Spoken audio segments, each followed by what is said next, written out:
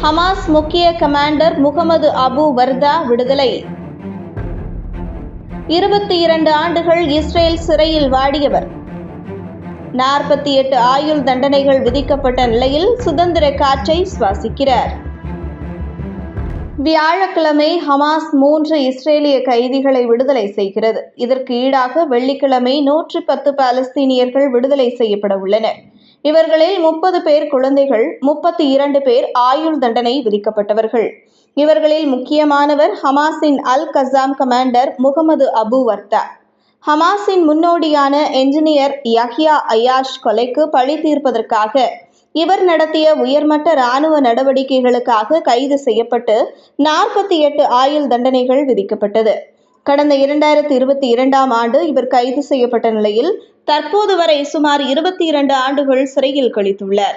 அதிக தண்டனை வழங்கப்பட்ட பாலஸ்தீனிய தலைவர்கள் வரிசையில் இவர் 3ஆம் இடத்தில் உள்ளார். அதிக தண்டனை பெற்ற பாலஸ்தீனிய தலைவர்கள் வரிசையில் அப்துல்லா பர்கோட்டி முதல் இடத்தில் உள்ளார். இவருக்கு 67 ஆயுள் தண்டனைகள் விதிக்கப்பட்டன. சுமார் 5400 ஆண்டுகள் இவர் சிறையில் இருக்க வேண்டும் என உத்தரவிட்டது இஸ்ரேல் நீதிமன்றம். அடுத்த இடத்தில் இருப்பவர் மர்வான் பர்கோட்டி.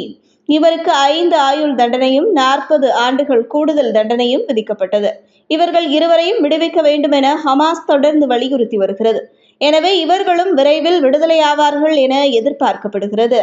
வீடியோவை உங்களுக்கு வழங்கியோர் www.alyaonlinestore.com. ட்ரை ஃப்ரூட்ஸ், நட்ஸ், கிமியா பேரிச்சம்பழம், குழந்தைகளுக்கான விளையாட்டு பொருட்கள் உள்ளிட்ட 100க்கும் மேற்பட்ட பொருட்களை இந்த இணையதளம் மூலம் வீட்டிலிருந்தே வாங்கிக் கொள்ளலாம்.